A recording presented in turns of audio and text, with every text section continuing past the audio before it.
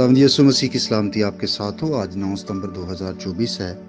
मत्ती रसूल की मार्फत लिखी गई इंजील मुकद्दस के आयत बाय तफसीरी मुताला को जारी रखते हुए आज हम 25वें बाब की 16वीं और 17वीं आयत पर गौर करेंगे। इनमें ये लिखा है, जिसको 5 तोड़े मिले थे उसने फौरन जाकर उनसे लेन देन किया और 5 तोड़े और पैदा कर लिए।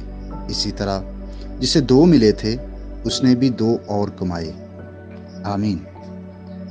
अब इस इमानत का, इस जिम्मेदारी का, इस सलाहियत का फ़र्क बंदोबस्त और इस्तेमाल इन आयात में बताया गया है। 3 नौकरों को दिया गया, इनमें से 2 ने अच्छा काम किया। वो दयानतदार और मेहनती हैं। उन्होंने जाकर लेन देन किया।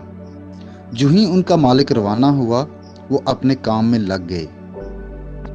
जिनके पास इतना काम हो जितना कि हर एक मसीही के पास है, उन्हें फौरन काम में लग जाना चाहिए और कोई वक्त ज़ाया नहीं करना चाहिए।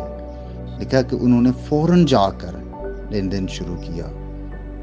सच्चा मसीही रूहानी सौदागर होता है।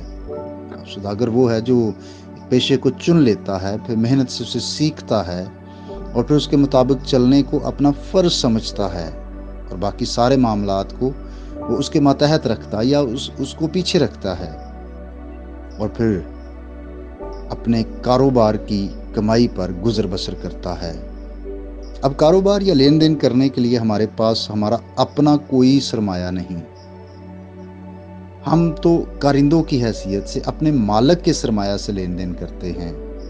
इसका मतलब ये है कि जो खुदा ने हमें नेमतें दी हैं, सलाहियतें बख्शी हैं, टैलेंट्स दिए हैं, हमें उनको बरूए कार लाना है, उनको इस्तेमाल करना है और ये सब कुछ मसीह की ताज़ीम के लिए इस्तेमाल करना है, खुशखबरी के फैलाव के लिए इस्तेमाल करना है, कलीसिया की तरक्की और मजबूती और बेहतरी के लिए अपनी नेमतों को और अपनी सलाहियतों को इस्तेमाल करना है। अब देखिए लिखा है कि वो कामयाब रहे, उन्होंने सरमाया दुगना कर लिया। मेहनती का हाथ दौलतमंद बना देता है और जो लोग रूहानी ज़िंदगी में मेहनत करते हैं, खुदावंद के खेत में, खुदावंद की कलीसिया में मेहनत करते हैं, खुदा उन्हें और ज़्यादा मालो माल करता है। अब दीनदारी में मेहनत से बहुत कुछ हासिल किया जा सकता है। निजात के लिए हमें अपने नेक कमाल पर भरोसा नहीं करना, बल्कि निजात पा चुकने के बाद अपनी सलाहियतों को खुदा के जलाल के लिए इस्तेमाल करना है। बहुत दफ़ा हम अपनी नेमतों को, अपनी सलाहियतों को सिर्फ अपने ही तक रखते हैं। चाहिए कि हम उससे और कमाएं।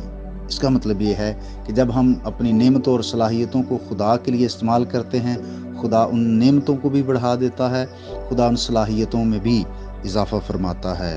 सो आइए हम उसके खेत में अच्छे दयानतदार नौकर की तरह काम करने वाले बने, जो अपनी नेमतों, अपनी सलाहियतों को अपने फ़ायदे के लिए नहीं बल्कि खुदा की कलीसिया के फ़ायदे के लिए इस्तेमाल करता है।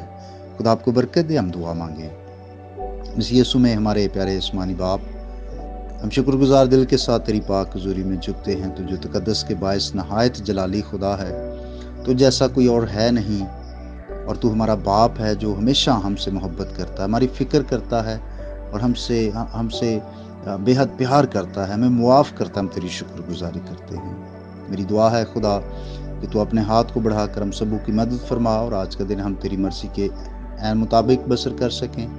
गुनाह से, बदी से, आजमाइशों से खुदा हमें महफूज रखना और तेरी सलामती तेरे लोगों की ज़िंदगी पर कायम रहे। जो बीमार हैं मैं उनकी सेहत याबी के लिए भी दुआ करता हूँ।